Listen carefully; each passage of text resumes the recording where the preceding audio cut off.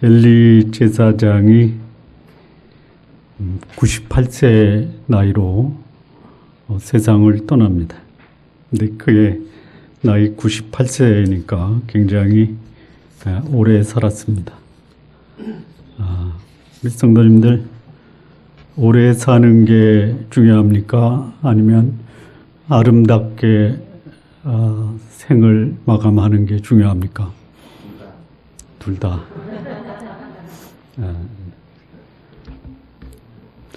우리 성도님들은 오래 사시고 아름답게 생을 마치시기를 바랍니다. 근데 98세 거의 백수를 누렸지만 그의 마지막 삶의 모습은 참 보는 이로 하여금 안타깝다, 이런 생각을 갖게 합니다.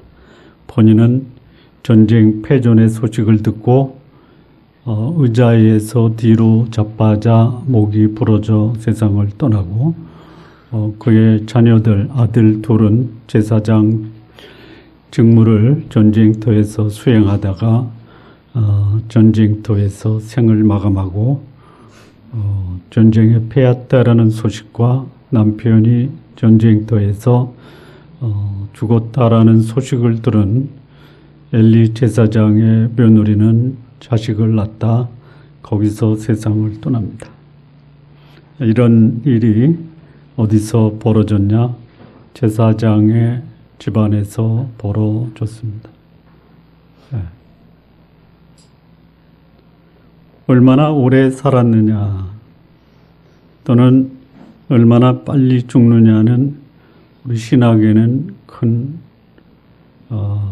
의미가 없습니다. 오래 살든 아니면 일찍 세상을 떠나든 어떻게 사는 것이, 어떻게 살다 가는 것이 의미가 있냐? 믿음으로 살다 하나님의 뜻을 이루고 생을 마감하는 것이 의미가 있는 것입니다. 그래서 내 삶이 의미가 있기 위해서는 나를 향한 하나님의 뜻이 무엇인가를 확실하게 알고 그 뜻을 이루는 삶을 사셔야 됩니다. 엘리 제사장이 세상을 떠납니다. 그리고 무려 20년 동안 사무엘이 전면에 등장하지 않습니다. 하나님의 사람이 없었던 것이 아닌데 20년 동안 사무엘은 이스라엘 민족의 지도자로 전면에 등장하지 않습니다. 그런데 그때 이스라엘 사람들의 마음에 두 가지가 공존을 합니다. 여호와를 온 이스라엘 민족이 사모했다. 그 마음에 하나님을 모시고 살았다라는 거예요. 그런데 하나님을 모시고 사모하면서 살았던 이스라엘 민족적인 문제가 또 하나 있었습니다. 그들이 바알과 아스도롯을 섬겼다라는 것이죠. 우리 성도님들, 하나님을 모시고 사는데 또 한편에 바알과 아스타롯도 모시고 사시죠.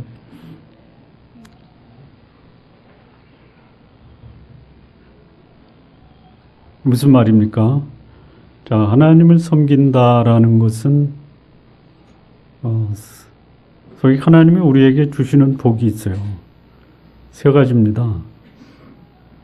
세 가지예요. 잘 사세요. 부유하게 사는 것이 하나님이 주신 복이죠. 사람들에게 좋은 영향을 행사하면서 사는 게 복입니다. 그리고 아름답고 복된 가정을 이루는 것이 하나님이 주신 세 가지 복이에요. 창조시 하나님이 주신 복입니다. 그것을 사모하는 마음으로 하나님을 모시고 삽니다. 자, 그런데 동일하게 하나님의 백성들이 하나님을 모시고 사는데 또 모두 모시고 살았냐면 바알과 아스타롯을 모시고 삽니다. 아스타롯이 뭐냐? 여러분이 익히 알았던 아세라 여신을 다른 말로 아스타롯 또는 다른 말로 아낫이라고 합니다. 그래서 아세라, 아스타롯, 아낫이라고 하는 요 세 가지 다른 이름이 다 동일한 동명이인 아니죠. 이름은 다르지만 동일한 신입니다. 자, 바알이 무슨 신입니까? 풍요와 다잔의 신이에요. 아세라, 아스타롯, 아낫은 뭐냐? 풍요의 신입니다. 전쟁의 신입니다. 그래서 바알과 아스타롯을 모시면서 이스라엘 백성이 뭐를 기대한 거예요? 부유, 지배, 그리고 자기의 삶의 기쁨과 쾌락을 추구한 거예요. 자, 하나님이 주시는 부유함, 그 다음에 세상을 다스리는 지배력, 그리고 아름다운 가정의 축복. 하나님을 모시고 사는 사람이 이 세 가지 복을 누리셔야 됩니다. 자, 그런데 하나님을 모시고 있으면서 또 다른 신을 섬기는 소위 신앙인의 이중적 이런 영적 삶의 형태가 똑같아요. 하나님만 모시고 사는 게 부족하니까 그 부족한 부분을 이방신이 줄 거다. 그래서 그런 거 아니에요? 우리 성도님들 하나님과 이방신을 같이 모시고 살고 계시지는 않으신가요? 자, 그런데요, 하나님이 주시는 복을 누리는 방법과 소위 이방신이 주는 복을 누리는 방법이 달라요. 어떻게 달라요?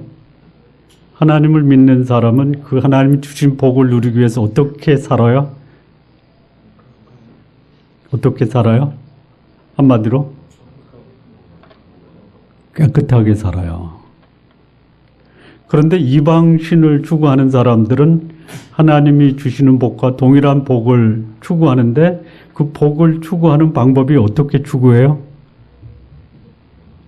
깨끗하게 하나님을 믿는 사람들이 추구한다면 이방신을 믿는 사람은 그 동일한 복을 누리기 위해서 어떻게 그걸 추구해요?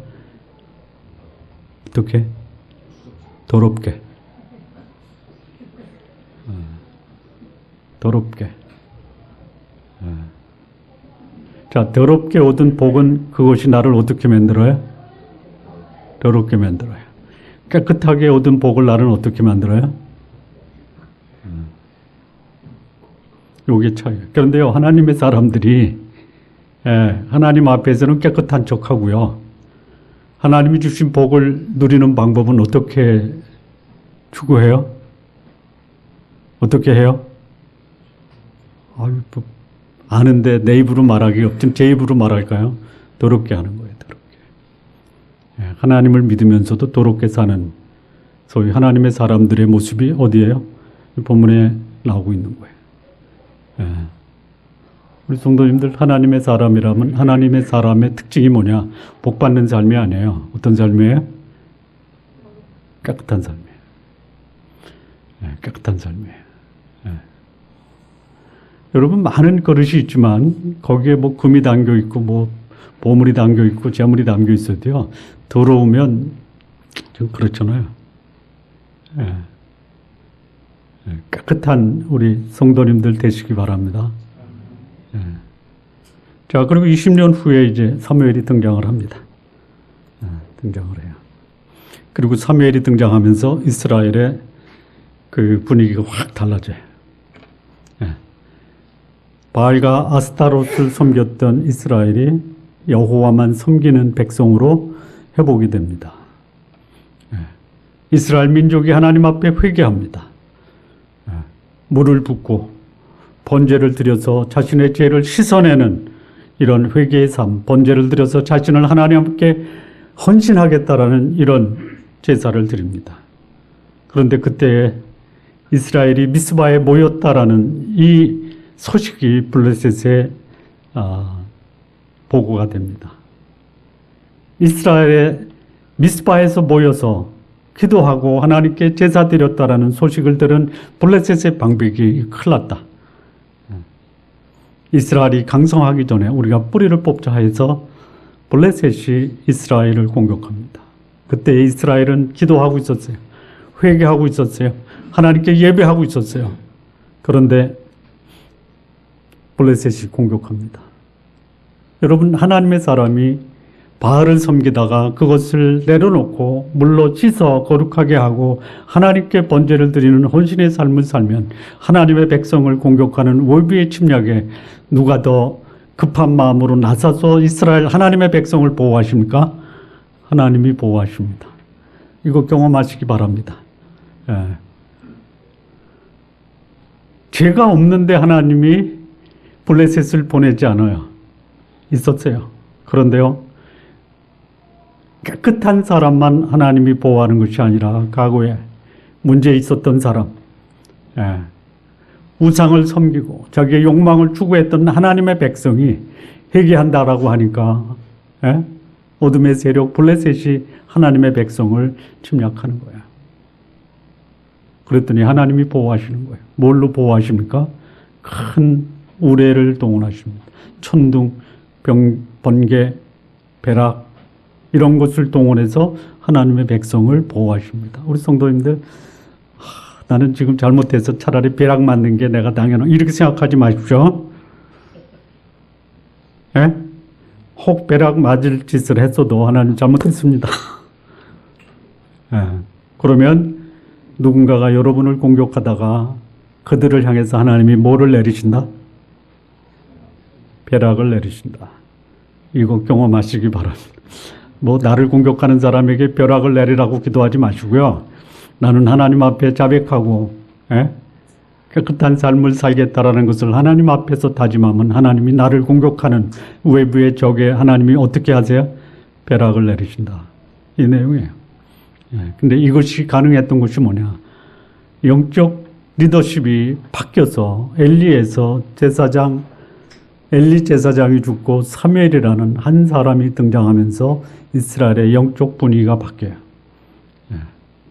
자, 도대체 사무엘이 등장하면서 사무엘이 이스라엘을 다스리면서 이스라엘은 어떻게 변화가 되었느냐? 오늘 본문의 메시지를 좀 보겠습니다. 첫 번째요, 1절부터 4절까지 보면요, 2절을 보시죠.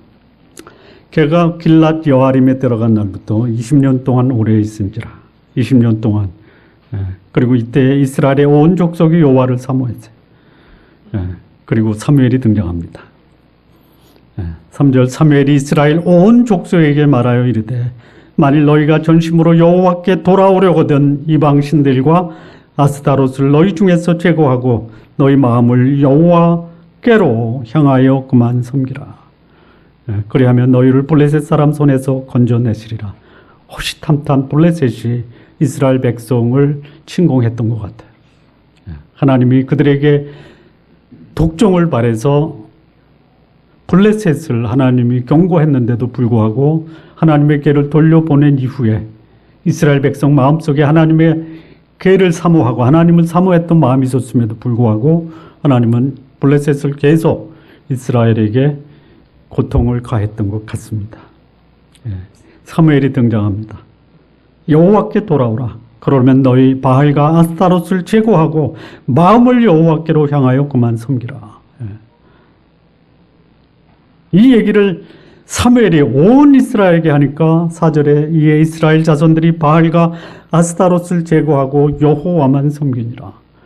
한 영적 지도자의 등장으로 그 공동체의 전체가 여호와를 사모하고 여호와께 돌아와 그만 섬기는 이런 신앙의 공동체로 변화되었다라는 거예요.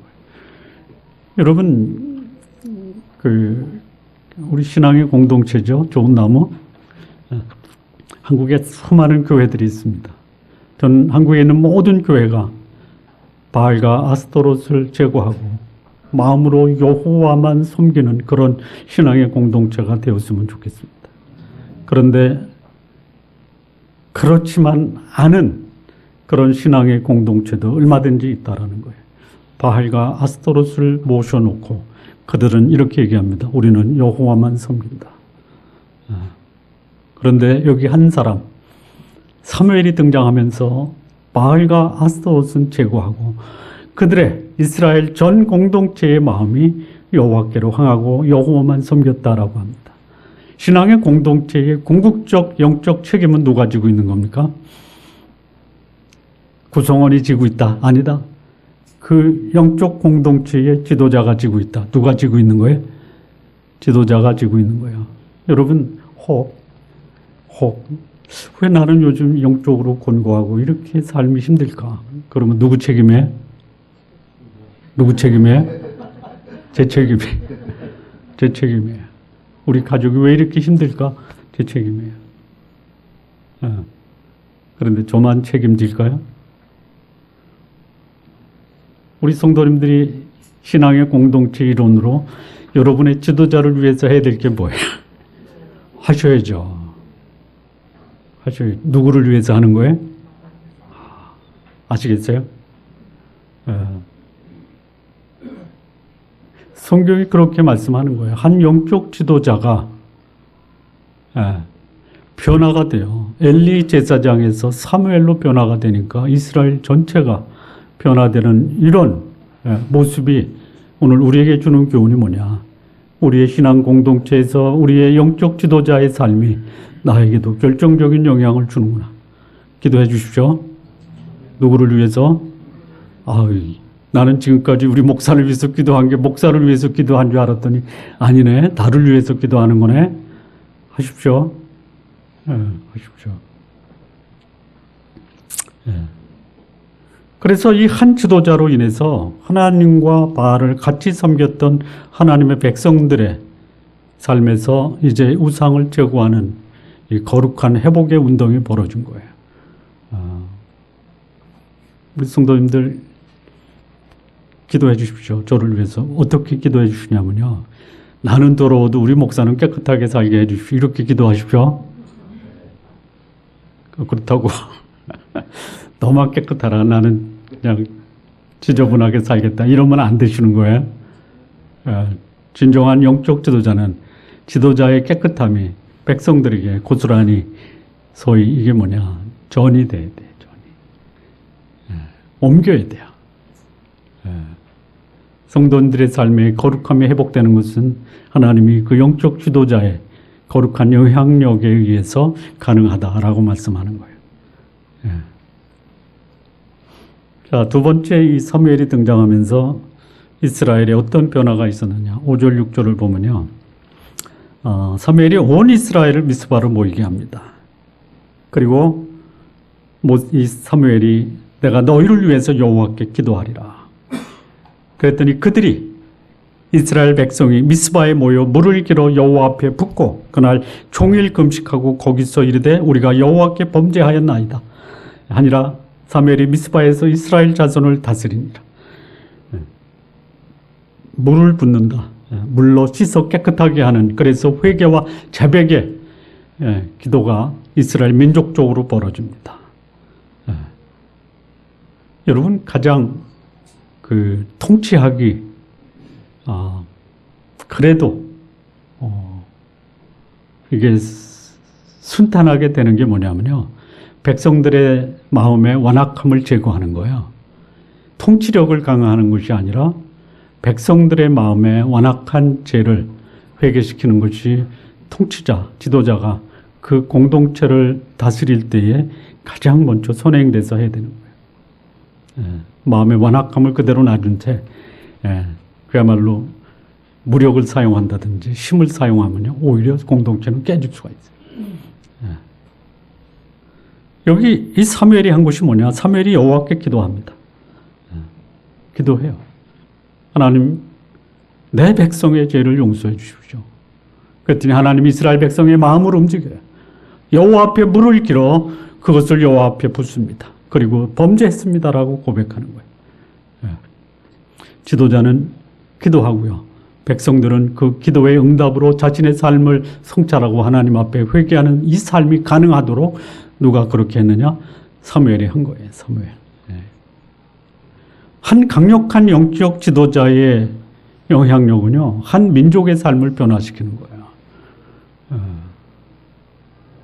한 가정의 영적 지도자가 가족 전체를 변화시키는 거예요. 우리 가정이 변화되지 않았다. 누구 책임에? 우리 남성 동지 여러분,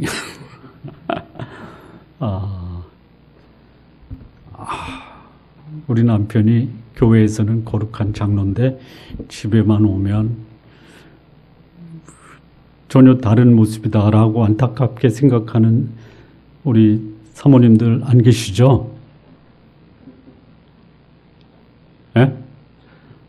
표정 관리들 하시는 이런 고백을 우리 남자 성도님들이 들었으면 좋겠어요. 우리 가족들이 나에게 하는 말이 당신 때문에 우리 집안이 하나님의 복을 받고 있고 우리 가정이 안전하게 보호되고 있어. 이런 사모님이나 자녀들의 그런 증거를 받아내시기 바랍니다. 아멘 그냥 하세요. 못해도 그렇게 되기를 원합니다라는 게 아멘 아니에요? 예. 과거의 엘리는 하나님의 임재를 상징하는 법궤도 잊어버렸어요. 자신의 욕망을 위해서 이용했던 그의 자녀들은 죽었어요. 그런 지도자가 이제 세상을 떠나고 사무엘이라는 또 한 사람의 영적 지도자가 출현하니까 민족 전체가 바뀐 거예요. 한 지도자가 새로 세워져서 그들이 과거의 삶을 버리지 못하고 지도자가 바뀌었다라는 것, 또 지도자가 다시 생겼다라는 것으로 만족하면요, 그 영적 공동체는 아무런 영향을 행사할 수가 없어요. 과거의 삶을 그대로 유지하고 있다. 그래서 하나님도 믿고 바알과 아스토롯을 섬기는 이 모습이 지도자가 바뀌어도 그대로 변화되지 않았다. 결코 바람직한 것이 아닙니다. 지도자의 역할이 뭐냐? 먹고 사는 경제적인 문제 해결해야 돼요. 우리나라 먹고 사는 문제 해결해야 됩니다. 그러나 더 중요한 것이 뭐예요? 우리 백성들이 깨끗하게 살도록 지도자들이 그것을 앞장서서 보여줘야 돼요. 기왕에 나왔으니까 한마디만 할게요. 의견이 다른 게 문제입니까? 의견이 다른 사람을 적대시하는 게 문제입니까? 의견이 다를 수 있죠. 다를 수 있어요. 한 가지 현상을 보고요, 거기에 사람들이 느끼는 감정이나 인지는 다 다를 수 있어요. 그래서 나하고 생각이 다르면 우리의 적입니까? 아니에요. 건강한 사회, 건강한 개인, 그리고 건강한 공동체는요, 다른 의견들을 인정하고 나도 그들 가운데 하나로 내 의견을 얘기할 수 있는 거예요. 이걸 뭐라고 하냐면 통합이라고 하는 거예요. 여러분, 통합의 반대가 뭐예요? 분열? 아니에요. 회기라예요. 회기라. 끼리끼리예요. 끼리끼리. 이거 우리나라의 고질적인 문제예요. 우리 여기 성도님들도 생각이 달라요. 현 시국을 바라보는 생각이 다르죠. 다르네요. 다르네요. 그냥 어제 새벽에 공부하는데 굉장히 의견들이 달라요. 그리고 어느 분이 그러더라고요. 목사님 죄송합니다. 왜 죄송해요? 다른데? 근데 만약에 그분이 나와 동일한 생각을 하면 책임감이 있고 나와 반대되는 의견을 가지면 내가 경계해야 돼요? 아니라는 거예요. 다르다라는 것을 받아줘야 돼요. 그래야 건강해요. 내가 그분에게 그 의견을 거절했다. 어떻게 하겠어요? 다음 주부터 안 나오지.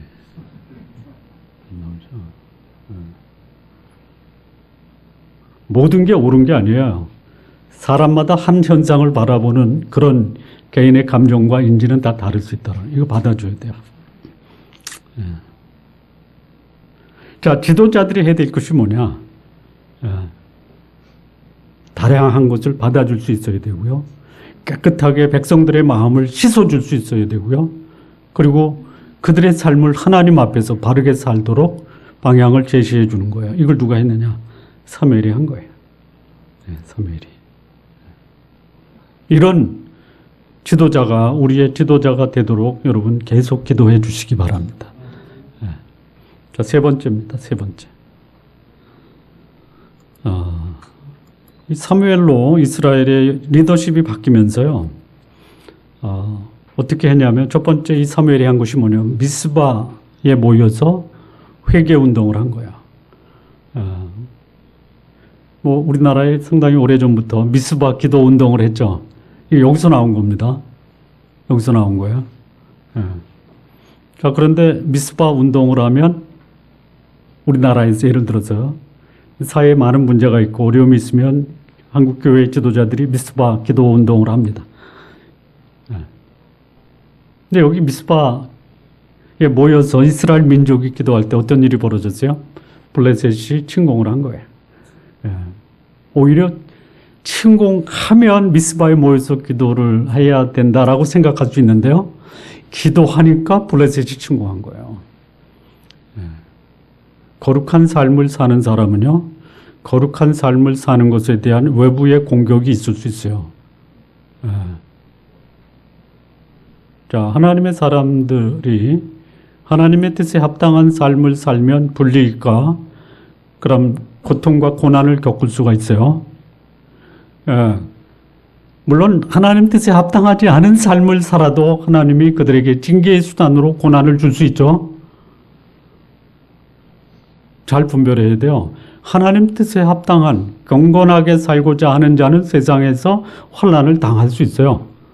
경건치 못한 삶을 사는 사람도 하나님이 그를 회복하기 위해서 징계 차원에서 고난을 줄 수 있어요. 이게 하나님의 징계의 고난이냐 아니면 경건하게 사는데도 당할 수 있는 고난이냐 분별해야 돼요. 지금 여기 이스라엘은 회개하고 하나님께 제단을 쌓았어요. 번제를 드렸어요. 헌신을 했어요. 블레셋이 들어와요. 그럼 어떻게 해야 돼요? 1번 계속 기도한다. 2번 기도를 중단하고 전쟁에 나간다. 3번 기도 끝나고 전쟁한다. 1, 2, 3번 중에 딱 찍어보세요. 자, 1번 기도만 한다. 2번 기도 중단하고 전쟁에 나간다. 3번 기도 끝내고 전쟁에 나간다. 이 본문에 나오잖아요. 본문에. 몇 번? 3번. 미스바에서 기도했잖아요. 그랬더니 기도하는 동안은 누가 나섰어요? 기도하는 동안은 누가 나섰어요? 하나님이 나섰잖아요. 그렇잖아요. 그래서 블레셋이 그냥 그야말로 기겁을 해가지고 도망가잖아요. 그랬더니 누가 추격을 해요? 이스라엘이 추격을 하잖아요. 여러분 이런 경험을 하십시오. 이런 경험. 어떤 경험이요? 잘못했을 때 하나님께 회개하고 하나님께 헌신을 하면 그 모습을 보고 외부의 침략이 있어요. 누가 그랬어요? 다니엘이 기도하니까 사자굴에 들어갔잖아요. 기도 안 했으면 사자굴에 들어갈까요? 기도했는데 사자굴에 가요. 바벨론 느부갓네살 왕을 상징하는 금신상을 만들었어요. 절을 하라라고 왕이 온 백성에게 칙령을 내렸어요. 절하지 않으면 풀무불에 들어간다. 여러분 절하고 풀무불에 안 들어갈 수 있죠. 절 안 하니까 어디 들어가요? 풀무불에 들어가요. 그럼 어떻게 해요? 풀무불에 안 들어가기 위해서 절한다. 아니다. 나는 절을 하고 풀무불에 들어간다. 무릇 그리스도 안에서 경건하게 살고자 하는 자는 핍박을 다 하는 거예요. 그런데 그때 누가 나서서 도와주세요? 여러분 절 안 하고 풀무불에 안 들어가고 안전하다가 이게 은혜스러운 거예요. 절 안 하고 풀무불에 들어갔는데 거기 함께 하시는 하나님을 경험하는 게 감동이고 감격이고 기적이고 은혜예요. 경험해 보십시오. 분명히 이렇게 내가 하나님의 뜻에 순종하면 나한테 불이익이 온다. 그런 불이익 속에 고난 속에서 하나님이 행하시는 역사를 경험하시기 바랍니다. 기도하지 말라라고 할 때요. 문 잠궈놓고 커튼 치고 할 수 있죠. 그렇잖아요. 뭐 그렇게 하면 뭐 하나님이 내가 문 닫아놓고 커튼 치고 기도하면 안 들으세요? 들으시죠. 골방에 가서 하라고 그랬으니까 하나님 제가 지금까지는 과시하면서 기도했는데 지금부터는 골방에 들어가서 아무도 모르게 하나님이 그런 기도 안 들으시겠어요? 그런데요. 이 다니엘은요. 기도하는 습관이 있었어요. 나의 사랑하는 이스라엘 시온성을 향해서 하루에 3번 문을 열어놓고 그것을 보고 하나님께 기도했잖아요. 그런데 다니엘의 대적들이 이것을 본 거예요. 다니엘을 잡을 수 있는 방법이 뭐냐? 하나님을 향해서 기도하는 다니엘. 이것은 소위 바벨론, 이 바사죠, 바사, 메대인가요? 거기에 황제를 거역하는 행위다라고 칙령을 법을 세운 거예요. 그렇다고 다니엘이 기도하네요? 기도했어요. 고발당했어요. 사자굴에 들어갔어요. 근데 다니엘을 사자굴에 보낸 그 왕이 오히려 더 걱정을 하잖아요. 그리고 하나님은 사자의 입을 막으셨어요. 어느 게 기적이에요? 이것도 기적이죠. 몰래 숨어서 기도하고 사자굴에 안 가는 것도 은혜죠. 그런데요, 공개적으로 다 문을 열어놓고 기도하고 걸려서 사자굴에 들어갔어요. 근데 거기 다니엘의 기도를 들으시고 다니엘을 보호하셔서 사자 입을 막으신 이 경험을 한 게 더 큰 은혜 아니에요? 근데 우리는 어때요? 사자굴에 들어가기 전부터 그냥 오금이 떨리죠. 그런 경험을 하시기 바랍니다. 요즘 제가 그런 기도를 해요. 막 평안이 막 깨져. 막 깨져. 사자굴에 들어가는 기분이요. 제 기분이.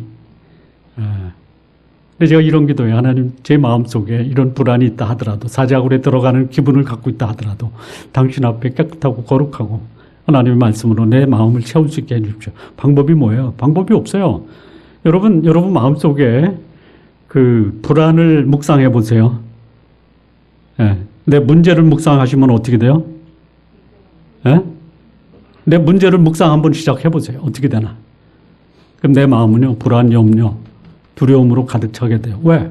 문제를 묵상하는데 그 문제가 나의 마음속에 평안을 주겠어요?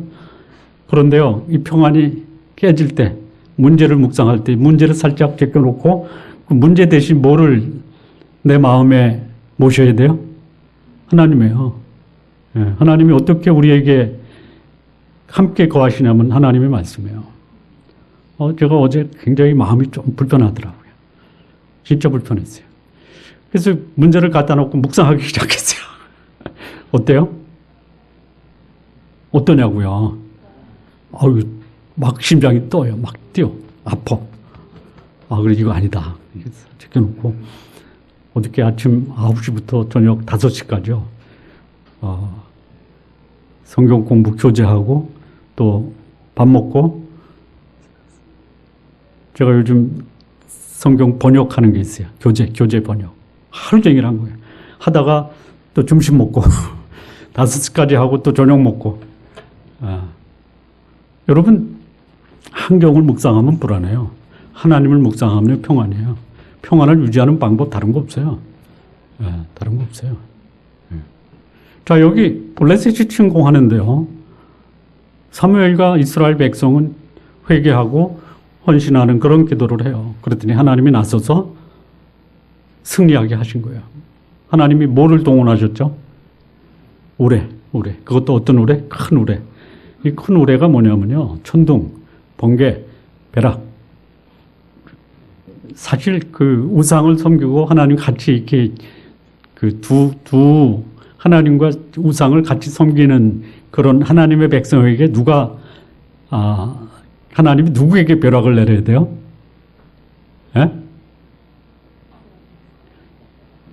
그런 나에게 벼락을 내려야죠. 그런데 이제 회개하고 돌이켜서 하나님만 섬기니까 그 하나님의 백성을 치는 블레셋 사람을 향해서 하나님이 벼락을 내리신 거예요.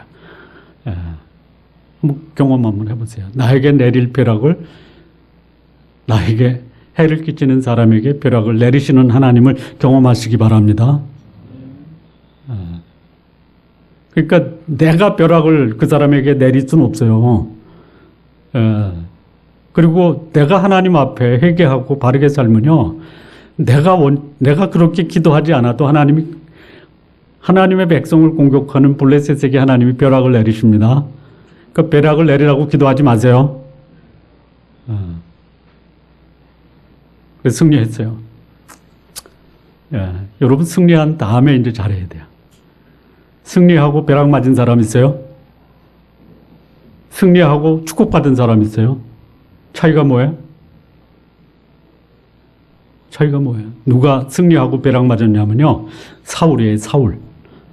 사울이에요. 전쟁에서 이겼어요. 그리고 그는 자기 이름을 새긴 기념비를 세웠어요. 그리고 하나님은 그를 이스라엘 왕에서 배제시켜 버렸어요. 승리하고 내 이름 내지 마십시오. 다 알아요. 얘기 안 해도 다 아는 걸 내가 내면요. 그 가치가 떨어지잖아요. 승리는 하십시오. 그런데 그 승리의 영광을 누구한테 돌려야 돼요? 하나님께 돌려야 돼요. 누가 그렇게 했어요? 사무엘이 그렇게 했어요. 미스바와 센 사이에 기념비를 세웠어요. 무슨 기념비요? 에벤 에셀이라고 하는 기념비를 세웠어요. 하나님이 여기까지 우리를 도우셨다. 여기까지만 도우신 거예요. 여기까지 도우신 하나님이 앞으로도 도울 거세요. 여러분 과거에 나를 도우신 하나님의 역사를 경험하셨죠. 지금도 하나님이 나를 도우실 수 있죠. 오히려 지금 과거의 문제보다 크면 과거에 그 하나님이 역사하실 때 누렸던 감격보다 과거의 문제보다 더 큰 문제를 나에게 허락하셔서 이 문제를 해결하시면 하나님은 더 큰 감격을 경험케 하시는 거예요. 여기까지 인도하신 하나님 앞으로 어떻게 인도하실까 기대가 됩니다. 당신의 역사하심 앞에 내 인생을 당신에게 내려놓습니다. 이것을 한 거예요. 사무엘이. 여러분 영적 지도자의 역할이 뭐예요? 하나님이 나를 도우시고 계시다. 그거를 누가 보여줘야 돼요? 영적 지도자가 보여줘야 돼요.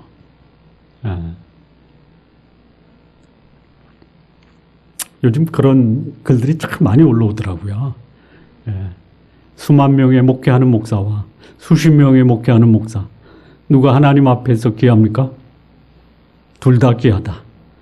그런데 진짜 귀한 거는 뭐냐? 진짜 귀한 거는 뭐냐? 하나님이 여기까지 인도하셨다라는 것. 앞으로도 인도하실 것을 기대하는 마음으로 성도들과 하나님이 오늘 여기까지 우리를 인도하셨다면 앞으로도 인도하실 것을 기대하시면서 사시기 바랍니다. 내가 이뤄놓은 업적을 가지고 나의 기념비적 비석을 세우는 것이 아니라 하나님이 내 인생을 여전히 인도하실 것이다 라고 구성원들과 함께 나눌 수 있는 이 지도자가 필요하다라는 거예요. 그것을 사무엘이 전쟁에 승리한 후에 하나님의 도우심을 인정하는 그런 기념비를 세웠다라는 것이죠. 자, 마무리 짓겠습니다. 마무리. 하나님의 사람이 있는 곳에 변화가 있어야 됩니다. 하나님의 사람이 있음에도 불구하고 변화가 없다. 그러면 기도하십시오. 하나님, 제가 하나님의 사람으로 살기를 원합니다. 그리고 내 삶이 나의 주변을 변화시키게 되는 변화의 주인공이 되기를 원합니다. 그럼 어떻게 해야 돼요? 내 삶이 먼저 변화가 되어야 됩니다. 내 삶이 먼저 변화가 돼야지 변화된 내가 속한 공동체를 변화시키는 거예요. 사무엘은 자신의 변화된 삶을 통해서 그가 속한 이스라엘 민족 공동체를 변화시켰다라는 거예요. 그리고요, 그 이스라엘 공동체, 신앙의 공동체가 변화됩니다. 진짜 이거는 누구도 할 수 없는 엄청난 변화가 이스라엘 민족 공동체에서 벌어져요. 여러분의 가정에도 이런 변화, 이 변화의 축복이 있기를 진심으로 바랍니다. 어떻게 됐냐면요, 하나님과 바알을 섬기던 신앙의 공동체가 여호와만 섬기는 공동체로 변화가 되는 거예요. 여러분, 두 마리 토끼 잡으려고 하지 마십시오. 두 마리 토끼를 한 사람이 잡으려고 하면 어떻게 돼요? 다 놓쳐버려요. 여호와와 바알을 동시에 섬기지 마십시오. 여호와만 섬기는 이런 내 가정, 내 직장, 내 교회가 되도록 기도하시기 바랍니다. 그리고 본인이 먼저 본을 보여줘야 돼요. 거룩한 삶을 사는. 거룩한 삶이 뭐예요? 거룩한 하나님 앞에서 사는 거예요. 이거를 다른 말로 말하면 기도하다라는 거예요. 기도하는데 거룩한 삶이 없다. 이거 기도하지 않는 거예요. 사무엘이 먼저 거룩한 삶을 삽니다. 여러분, 거룩한 삶을 사는 지도자는요, 그 구성원들을 거룩하게 만들어요. 영적 공동체가 깨끗하지 못하다. 그 이유가 뭐예요? 영적 지도자가 깨끗하지 못한 거예요. 여러분 기도하십시오. 어떻게 기도하냐면요. 하나님, 저는 깨끗하지 않아도 되니까 우리 목사님만 깨끗하게 해주십시오. 저의 깨끗한 삶을 위해서 기도해 주십시오. 저는 여러분에게 뭐 깨끗하게 살아라 말라 이렇게 얘기 안 하겠습니다. 저만 깨끗하게 살겠습니다. 예? 뭐 전혀 뭐 네가 살던 말던 이런 변화예요. 사무엘은 하나님 앞에 살고 백성들은 죄를 고백하고 자신을 하나님께 헌신하는 삶을 살게 됐다. 이게 엄청난 변화 아닙니까? 그리고 세 번째는 뭐예요? 위기가 왔어요. 위기. 깨끗함을 살겠다라고 하는 백성들의 회개의 삶이 그들로 위기를 맞게 해요. 위기. 깨끗한 삶을 살면 회사에서 불이익당하죠. 그래서 나는 회사에서 불이익을 안 당하기 위해서 난 지금부터 하나님 안 믿는 사람과 똑같이 살 거야. 그러면 벼락이 누구한테 떨어져요? 죄송합니다. 벼락이라고 그래서. 내가 깨끗한 삶을 살다가 불이익을 당하면 누가 나서요? 하나님이 나서요. 이것을 경험하시기 바랍니다. 이런 변화가 이스라엘 공동체에서 경험이 된 거예요. 그리고 마지막으로 하나님이 주신 이 승리의 영광을 누구한테 돌려요? 하나님께 돌리는 거예요. 하나님이 우리를 승리하게 하셨다. 에베네셀의 하나님을 경험하는 우리 성도님들 되시기 바랍니다. 하나님을 섬기고 거룩하게 살며 하나님이 오늘도 나를 도우셨다라는 이런 고백이 성도님들의 삶이 되시기를 진심으로 바랍니다. 기도하시겠습니다.